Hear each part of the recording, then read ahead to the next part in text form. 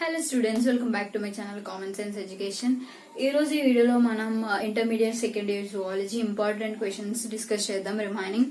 So already ఇంతకు ముందు వీడియోలో unit 1 respiration, circulation, excretion and muscular system, so very short answers important అయితే discuss చేసాం. సో ఇప్పుడు next unit 4 and unit 5 important questions అనేది discuss చేద్దాం. Let's start the video.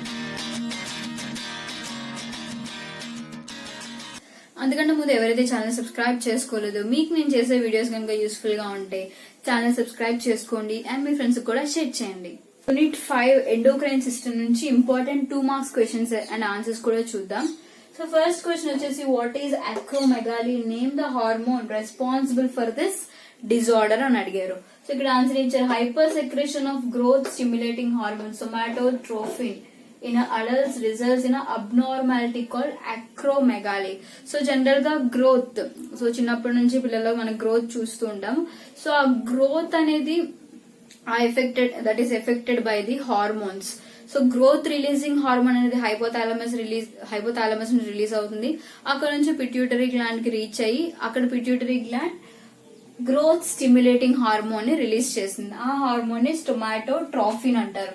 So ఎప్పుడైతే ఈ గ్రోత్ స్టిమ్యులేటింగ్ హార్మోన్ ఎక్సెస్ అంటే ఎక్కువ నార్మల్ కన్నా ఎక్కువ రిలీజ్ అవుతుందో అప్పుడు మనం అబ్నార్మాలిటీ చూస్తాం.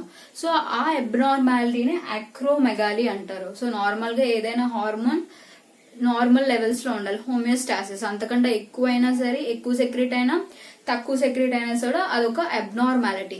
సో ఇక్కడ హైపర్ సెక్రేషన్, ఎక్కువగా సెక్రెట్ అవడం వల్ల ఒక అబ్నార్మాలిటీ చూస్తాం, దాన్ని అక్రోమెగాలీ ఉంటాయి.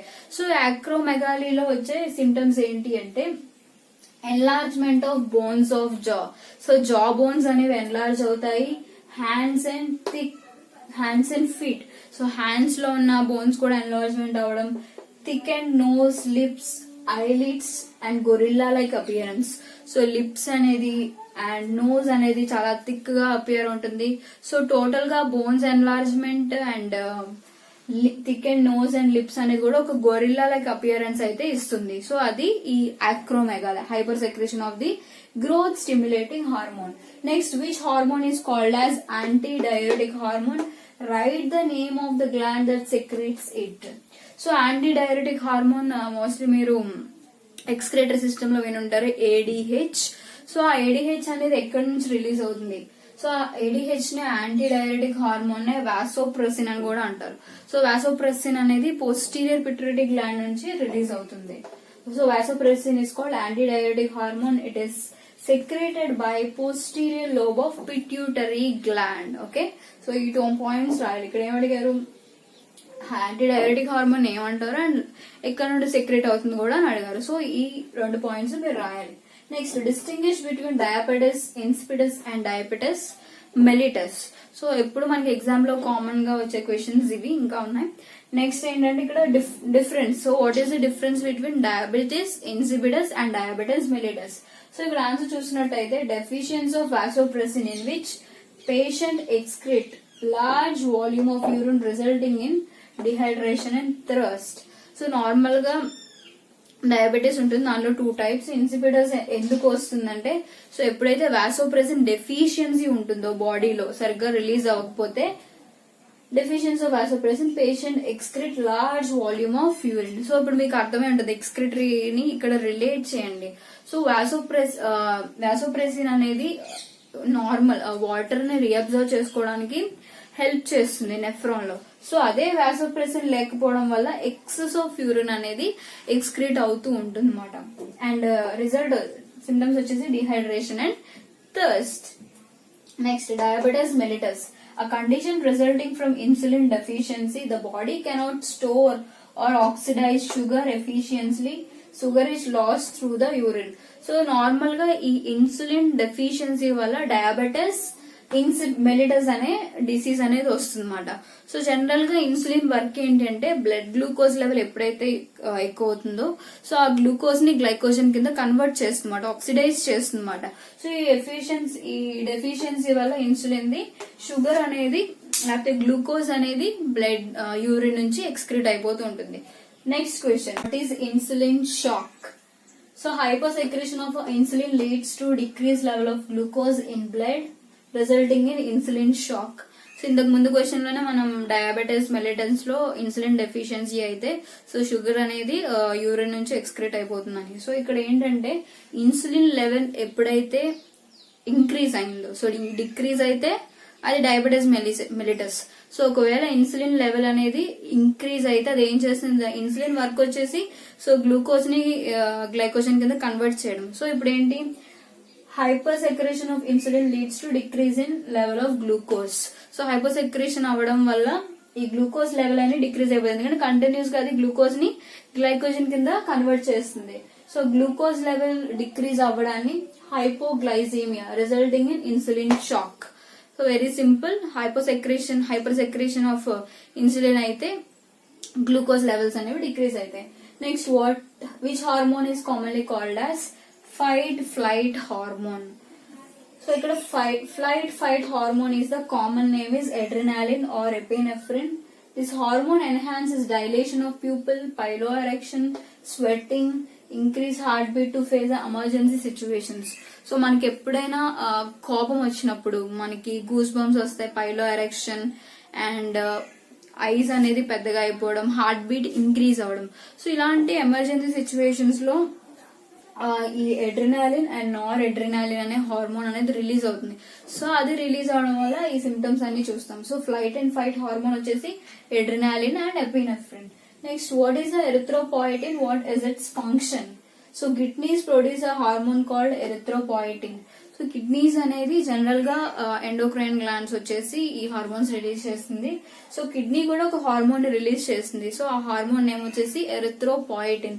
సో ఎప్పుడైతే రెడ్ బ్లడ్ సెల్స్ నంబర్ అనేది డిక్రీజ్ అవుతుందో, డిక్రీజ్ అయినప్పుడు ఈ ఎరిథ్రోపాయిటిన్ స్టిమ్యులేట్స్. సో బోన్ మ్యారోలో జనరల్ కి బ్లడ్ సెల్స్ అని బోన్ మ్యారోలో ప్రొడ్యూస్ అయితే వాటికి ప్రోజెనేటర్ సెల్స్ అనేది ఉంటాయి.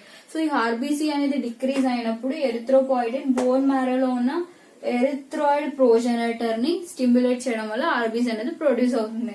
సో ఇక్కడ మీరు రాయాల్సిన answer, it stimulates formation of RBC. The role of this hormone is to control the formation of RBC by regulating the differentiation and proliferation of the erythroid progenitor in the bone marrow. And next మనం immune system లో very short answers చూద్దాం. Next question వచ్చేసి write the names of any 4 mononuclear phagocytes. So 4 రాయాలి, ఒకటి 5 రాసినా సరే మనకి help అవుతుంది. 4 వచ్చేసి histiocytes, Kupffer cells, microglia, osteoclast and synovial cells. And next question, what are complement proteins? So ఇక్కడ ఆన్సర్ వచ్చేసి these are a group of inactive plasma proteins, cell surface proteins. when activates they form a membrane attack complex. See these complement proteins and together their activities are called complement system. So general గా E complement proteins అవి ఏంటంటే normal protein. So always so ఎప్పుడు ఇవి active గానే ఉంటాయి, some times inactive గా ఉంటాయి.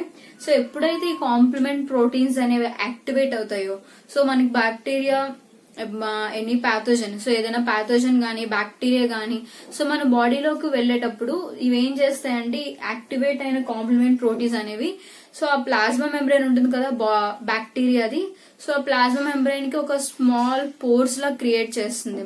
So small pores create చేయడం వల్ల ఆ బాడీ లోపల కంటెంట్ అంతా బయటకు వచ్చేసి సో అదేంటి ఆబ్వియస్ గా బ్యాక్టీరియాని కిల్ చేస్తుంది అనమాట. సో ఇక్కడ complement proteins and their activities are called complement system. Next question, colostrum is a very much essential for the newborn infants. Justify. So colostrum ఎందుకు న్యూ బార్న్స్ కి అంత ఇంపార్టెంట్? ఇనీషియల్ లాక్టేషన్ స్టేజ్ లో వచ్చిన milk అనేది ఎందుకు అంత important అంటే so ఆ ఇనీషియల్ డేస్ లో లాక్టేషన్ డేస్ లో వచ్చే మిల్క్ ని కొలెస్ట్రామ్ అంటారు. ఇక్కడ ఆన్సర్ వచ్చేసి colostrum secreted by the mother during the initial days of lactation has abundant IgA antibodies to protect the infants. So ఆ ఇనీషియల్ డేస్ లో వచ్చిన మిల్క్ ని కొలెస్ట్రామ్ అంటారు. సో అది ఆ మదర్ నుంచి ఆ బేబీకి వెళ్ళడం వల్ల ఆ కొలెస్ట్రామ్ లో యాంటీబాడీస్ ఉంటాయి. జనరల్ గా బేబీస్ లోని న్యూ బోర్న్ బేబీస్ లో సో యాంటీబాడీస్ అంతగా ప్రొడ్యూస్ అవ్వవు. సో అప్పుడేంటి ఇనీషియల్ డేస్ లో ఇమ్యూన్ సిస్టమ్ ప్రొటెక్షన్ కి ఇమ్యూన్ సిస్టమ్ నుంచి IgA so immunoglobulin antibodies antibodies అనేవి సో మిల్క్ నుంచి మదర్ నుంచి బేబీకి వెళ్తాయి. So it is called natural passive acquired immunity. Next differentiate between perforins and granzymes. So ఇక్కడ answer వచ్చేసి టీసీ లింఫోసైట్స్ అంటే cytotoxic lymphocytes attached to the infected cell and release certain enzymes called perforins and gran enzymes. Perforins form pore in the cell membrane of the infected cells. Then gran enzyme enter the infected cells through the perforins and activate certain proteins which helps in the destruction of the infected cells. So general ga ఈ MHC molecules అనేవి macrophages అంటే antigen presenting cells ఉండడం వల్ల so ఇప్పుడు ఏం చేస్తే ఎప్పుడైతే T helper cells activate అవుతాయో సో అవి టీసీ లింఫోసైట్స్ కి సిగ్నల్స్ ఇస్తాయి అన్నమాట. సిగ్నల్స్ ఇవ్వడం లేకపోతే నార్మల్ బ్యాక్టీరియా ఎంటర్ అయినప్పుడు MHC1 మాలిక్యూల్స్ కూడా ఈ సైటోటాక్సిక్ టీ లింఫోసైట్స్ కి సిగ్నల్స్ ఇస్తాయి. సో ఎప్పుడైతే ఈ టీ లింఫోసైట్స్ అనేవి ఇన్ఫెక్టెడ్ సెల్ కి అటాచ్ అవుతుందో సో అది ఒక 2 డిఫరెంట్ టైప్స్ ఆఫ్ ఎంజైమ్స్ ని రిలీజ్ చేస్తుంది. వాటిని పర్ఫరెన్స్ గ్రాన్ ఎంజైమ్స్ అంటారు. సో ఫస్ట్ పర్ఫరెన్ ఏం చేస్తుందంటే ఒక పోర్ క్రియేట్ చేస్తుంది. ఫర్ ఎగ్జాంపుల్ ఒక ఇన్ఫెక్టెడ్ సెల్స్ సో దాని సర్ఫేస్ మీద ఒక పోర్ క్రియేట్ చేసి సో పోర్ క్రియేట్ చేయడం వల్ల ఈ గ్రాన్ ఎంజైమ్ అనేది ఆ ఇన్ఫెక్టెడ్ సెల్ లోపలికి వెళ్తుంది. సో ఇక్కడ ఏమంటారు granzymes enter the infected cells through the perforations అంటే పోర్స్ నుంచి గ్రాన్ ఎంజైమ్స్ లోపలికి వెళ్ళి and activate certain proteins which helps in the destruction of that infected cells. So దాంట్లోనూ కొన్ని ప్రోటీన్ యాక్టివేట్ చేయడం వల్ల ఆబ్వియస్ గా సో ఇన్ఫెక్టెడ్ సెల్ అనేది డిస్ట్రక్ట్ అయిపోతుంది. అది ఈ డిఫరెంట్ 2 ఫంక్షన్స్ అనేవి పర్ఫరెన్స్ కి గ్రాన్ ఎంజైమ్స్ కి. Next question what are auto immune disorders give 2 examples అని అడిగారు. సో జనరల్ గా ఇమ్యూన్ సిస్టమ్ ఏం చేస్తుందంటే ఏదైనా ఫారెన్ ప్రోటీన్స్ ని ఫారెన్ యాంటీజెన్స్ ని సో రికగ్నైజ్ చేసి అది MHC మాలిక్యూల్స్ నుంచి టీ హెల్పర్ సెల్స్ కి ప్రెజెంట్ చేస్తుంది. సో ఇక్కడ ఏంటంటే సమ్ టైమ్స్ అంటే కొన్ని కేసెస్ లో ఏం చేస్తాయి సో మన ఓన్ ఇమ్యూన్ సిస్టమే ఓన్ ప్రోటీన్స్ ని ఫారెన్ మెటీరియల్ కింద లేకపోతే ఫారెన్ యాంటీజెన్స్ కింద ఐడెంటిఫై చేసి వాటిని అటాక్ చేస్తుంది అనమాట. సో ఆ కైండ్ ఆఫ్ డిజీజ్ ఏమంటారంటే ఆటో ఇమ్యూన్ డిజార్డర్స్. సో ఇక్కడ ఆన్సర్ వచ్చేసి in some cases our immune system fails to recognise some of our own body proteins and treat them like a foreign antigens that results in the attack our own tissues. So own tissues లో ఉన్న proteins ని లేకపోతే cells ని so foreign material కింద identify చేసి attack చేస్తుంది అనమాట. It leads to some very serious diseases collectively known as auto immune diseases or disorders. Examples Graves disease and rheumatoid arthritis.